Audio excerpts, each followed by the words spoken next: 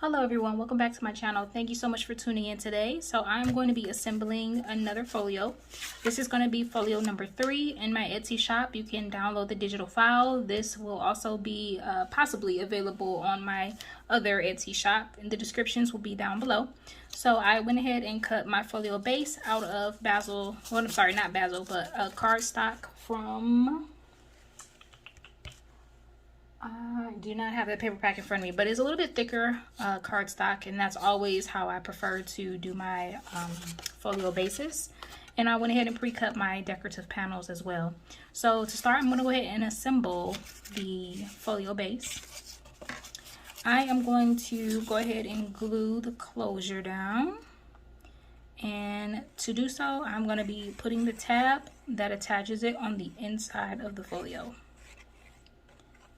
I mentioned in a previous video that I don't like to adhere to the outside because I don't like the corners that are left behind on the exterior. So I like to put them on the inside where they'll be covered and concealed a little bit better.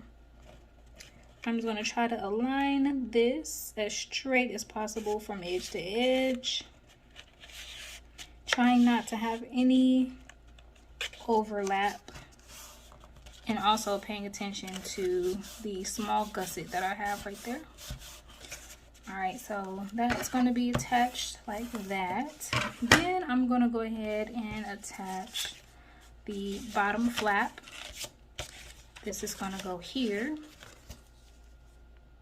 So adding my glue. I hope you all have been enjoying these tutorials and that they are helpful if you decide to purchase the folio template and follow along with the assembly process. I'm trying to make this as easy as possible. That way you can knock out a bunch of these if you want to give them as gifts. Alright, the next one, I'm going to go ahead and attach this side. This is going to fold like that. I really like this color as well. I don't have the name of it in front of me, but it's really pretty. It's a really pretty, like, mulberry purplish pink color. I think the gold and black goes really well with it. You also want to be sure that your edges at the tops and bottoms are not overlapping as well. So make sure it's centered this way. Okay. It's okay if you get a little bit of overlap, but try your best not to make all of them overlap. You want it to be as neat as possible. All right, next I am going to go ahead and add the foldable tabs to these sides. So this is going to fold in like this, like a little shutter window. Go ahead and glue that down. Let's turn it sideways. Again, watching the inside score lines and trying to get it to where it's straight as possible. So you don't want it to go beyond that score line there. Okay, let's turn it this way and get this next one.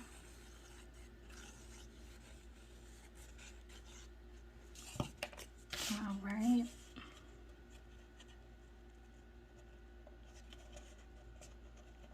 Edge to edge. If a little bit of glue seeps out, it's quite all right. You can just wipe it off. I use Barely Arts glue. It dries clear, it dries fast, and it's really good quality. So I'm not sponsored by them or anything, but I do use them a lot and I enjoy using it.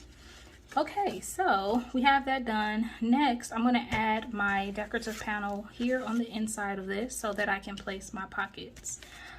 These you want to be careful with. You don't want to place them down before you get your decorative panel inside. So just be mindful of that. I'm going to rotate this as well. So my decorative gold foil is going to be at the top. So it won't be hidden underneath the pockets.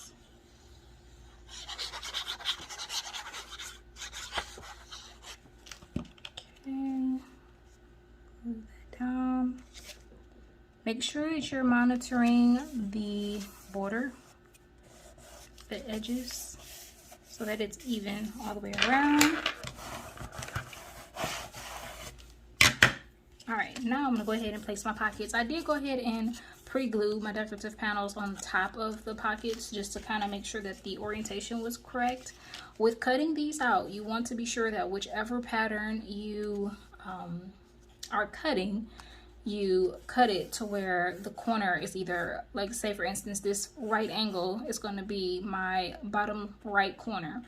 If I were to have folded this way and tried to place it this way, it wouldn't work, right? Because my bottom corner, my right angle corner, is going to be on the bottom left. So make sure whatever way you fold your tabs in is the position of your paper. Yeah, of course, it's not a big deal, but if you place it incorrectly, your pockets could kind of be a little wonky.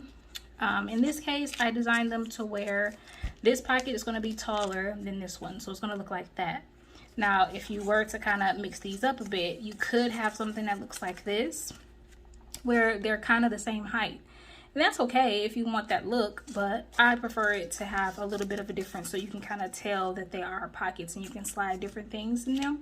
So I'm going to go ahead and glue the larger one down first. Okay. Now in this instance, I know you're probably thinking, well, what about the tabs? Again, they're going to go on the inside and these are going to be hidden. So it doesn't matter that the tabs are going to be on top of this decorative panel because you won't be able to see it. However, you do want to try not to get too close to this edge because once you fold it, the pocket is going to have a little bit of weight to it. Also, you want to be mindful of this side not going over your score line as well, because you're going to add this other pocket here. And to add this pocket, you're going to be inserting this tab underneath there so that whatever you put inside can still slide in, but it'll be secured. And you will also make sure that the edge of this doesn't meet up with that score line. So we have that one down. Let me show you what I mean with this one.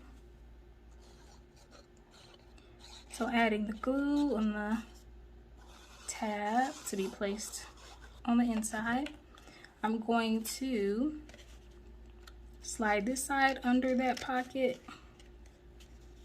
and then fold this tab down. It's always good to pre-score because you don't want it to, or pre-fold rather, you don't want it to be too big.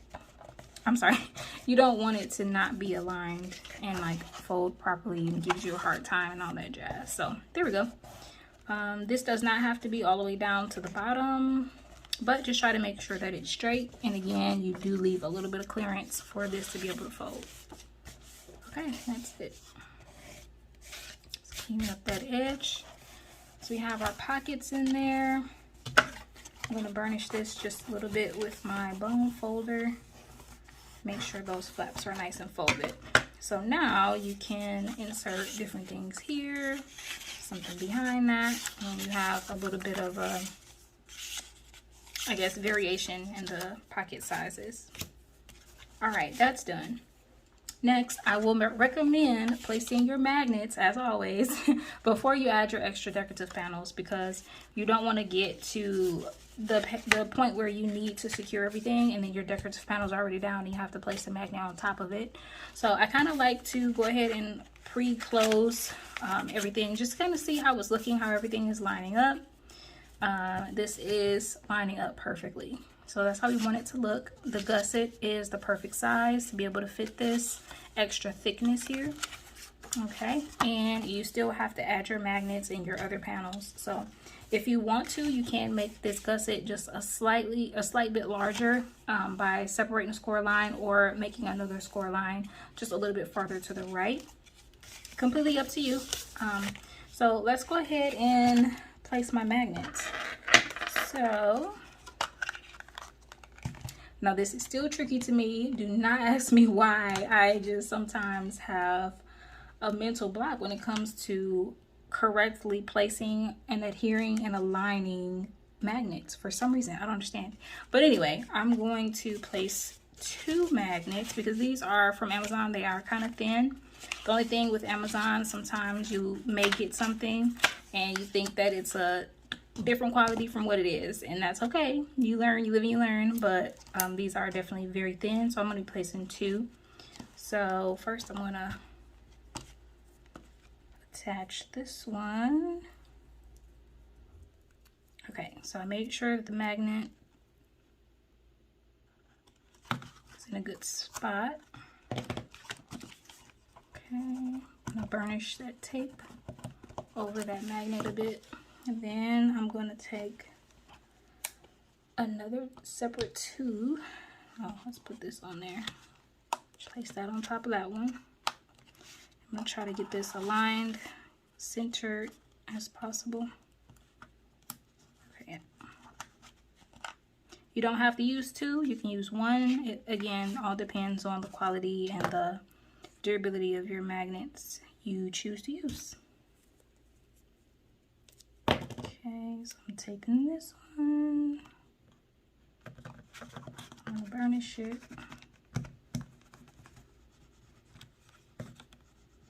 Alright, so then you want to take another piece of tape, turn it right side up, add your magnet on top of that.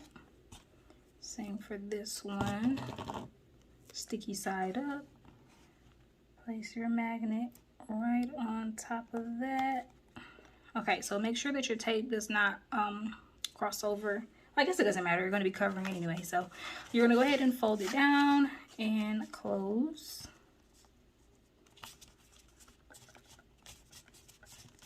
Okay, close the closure. And then once you lift it up, you have the correct placement. I guess it wasn't so bad after all. I need to give myself a little more credit. I'm learning. Alright, so there you have your magnetic closure. Once I add my decorative panels on this piece and this piece and remove the tape, that should still stick very, very strongly. So I'm going to go ahead and do that. So for this panel, I have these cutouts here. So I'm going to go ahead and peel this off. Come on, tape. All right. And I'm going to add glue.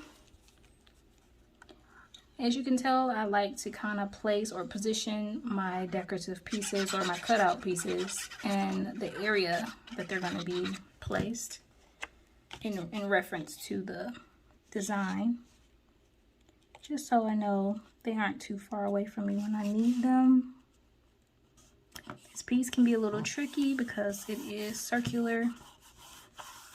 Just make sure that you are not going past your score line. Okay, burnish that in.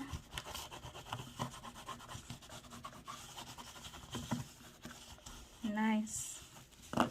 I'm going to flip this over really quickly and do this other side.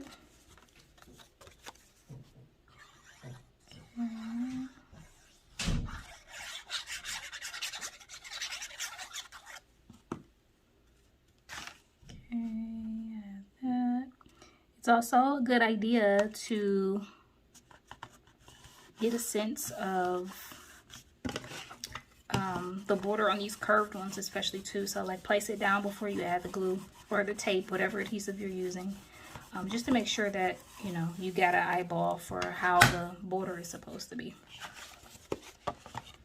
All right, I'm gonna go ahead and add this piece next. Make sure that it fits correctly, because I have certainly placed the wrong panels on in the wrong areas before, and while it worked out okay, I could tell that my dimensions or the edges were off a little bit, but nobody else would have been able to tell. But just be mindful. Go ahead and get that secured.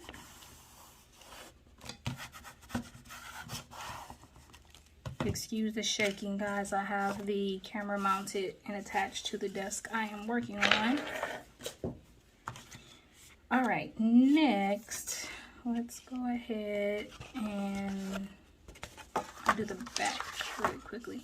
Now the way I wanted this to fall, I wanted the front cover to have this floral piece on it. So whenever I go to close it, this is going to be the front and it'll look like that. So I'm going to go ahead and attach this.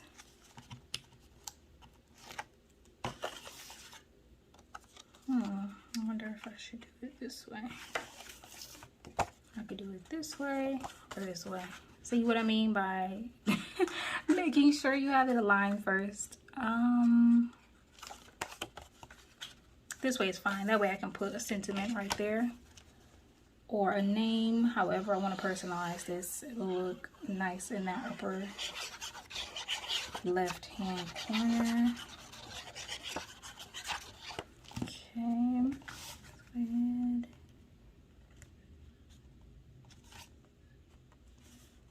Perfect. Go ahead and burnish that. Work around those magnets, but be careful if they are thicker. You don't want to rip your paper or your cardstock. So it's nice to kind of go around them gently, just so you can kind of make an indentation on where they are located and make them a little bit more pronounced so that they can adhere with each other more easily. Okay. Also make sure you get your corners. You don't want the corners to start peeling up. All right, that's that. Nice. Okay, so I think these are gonna go down here. Yes. Now for these, you can of course switch up your cardstock if you prefer, do different designs, do different colors, do embossing if you want to. Your options are limitless as far as how you can design these. I also make my templates to where they can be built upon. So if you wanted to do an additional I guess half circle tab on this end over here, you could. You just want to be mindful of the thickness, okay? If you're going to make it with a bunch of extra flaps and tabs, you want to make sure that your gusset is a little bit larger here for the closure. You may also want to make it gusset here or here on this edge, but this is just one of the folios where I don't have as many pieces. So if you want something quick and easy, this will be the perfect one for you. You can kind of assemble it as is and it'll look really nice without all the extras, but you can certainly do the extras. You can also check out other folio designs that are a little bit more intricate. They are going to be designed to where they have that extra space for all those extra flaps and folds and pullouts and things like that. And we just want to make it really fun and really cute and have fun while we make it. That's what it's all about to me. I find this type of crafting, paper crafting in general, to be very calming. And yeah, I enjoy the end product as well. You get something really nice that you can gift or keep. And as you get the hang of it, it becomes easier and easier for you to assemble them.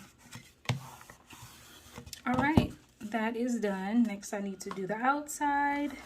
I'm gonna just flip this over. Let's rotate it as well.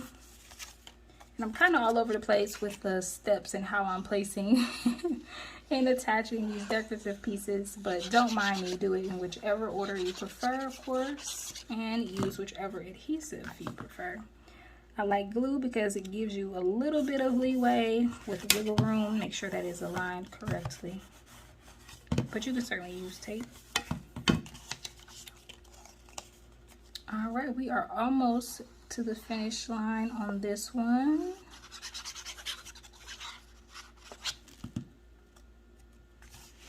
Okay.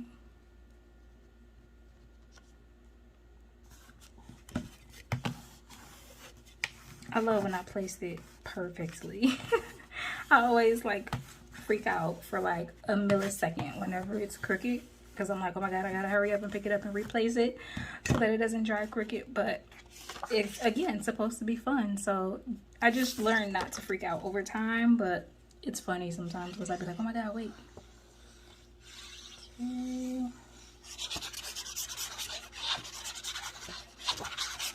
Also, I purchased these containers from Amazon. They come in a package of about maybe 10 to 12. And there's 2 different size bottles. I like the larger bottle just because it fits more glue, but they each have the same pointed tip. And it's so nice to have that for intricate placement of the glue. So it's not oozing out in gobs. You can kind of place it exactly where you want the glue to be. All right. Next, I'm going to do this side. This side and oh, the back. Okay, I'm like, I'm missing one. Should I do this one? I kind of forgot where I wanted to place these. Okay, here's where the sizing comes in. So I cut these out of the same paper, but they are slightly different in size. Just trying to make sure that they are aligned correctly. Let's see here. Okay, this one is the bigger one. I think it goes here, yes. This one, I want the birds to be on the inside. So yeah, let's do that. But these two are the same. Okay, that's one trick. You can also, after you cut them out, if you get confused as to like which panel is which, you can kind of just butt them up against each other and see if there is a size difference. Like this one, for instance. I don't know if you can see. Let me just switch this to the other side. So the edge of that is definitely a difference. So they are not the exact same size. So I know this one goes here because it fit better. The border is the appropriate size. And then this one, the border is also the appropriate size. These two are the same. So I'm going to place that one here and this one here.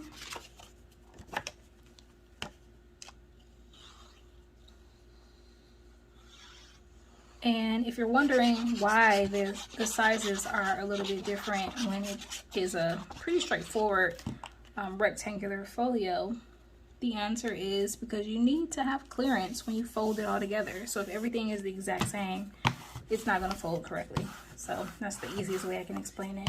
When you're designing these type of folios, you want to definitely make sure that the end and finished product looks nice.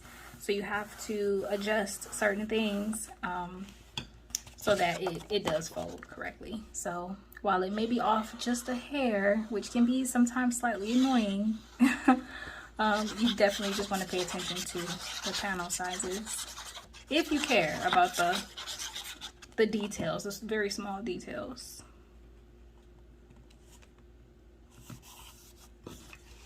Okay, one more piece and we will be done. Now, as I mentioned in just about all of the folio videos, I like to give suggestions on what these can be used for. So you can gift these, you can keep them, you can create picture albums out of them, you can create birthday cards, anniversary cards, thank you cards. You can write in them, you can type out a printed message, you can type out a poem. There's so many things you can do with these, and that's the reason why I love them. They're easy to make, they come out really, really pretty. And anybody will be like, oh my God, you made this? Just because if you do it to where everything looks nice and neat, there is no glue oozing out of the edges, you know, it's gonna look like a really nice high quality item that actually is handmade. So who doesn't really enjoy that? So we have finished with this folio. This is what it looks like. We have our pockets here. We have this beautiful bird on this inner flap. You have these two flaps that tuck in, fold up, and then you close this, and then you have your... So again, it depends on the magnets that you purchase and their strength. But again, this is the final product. I hope you all enjoyed watching this video, and I hope you enjoyed this end result. This is going to be available for purchase in my Etsy shop. So definitely check the description below. If you would like to make this template again, check out the description for my Nicely Digitized Etsy shop. It will have the link where you can purchase this folio template and make it yourself. Thank you again so much for watching. See you all in the next one.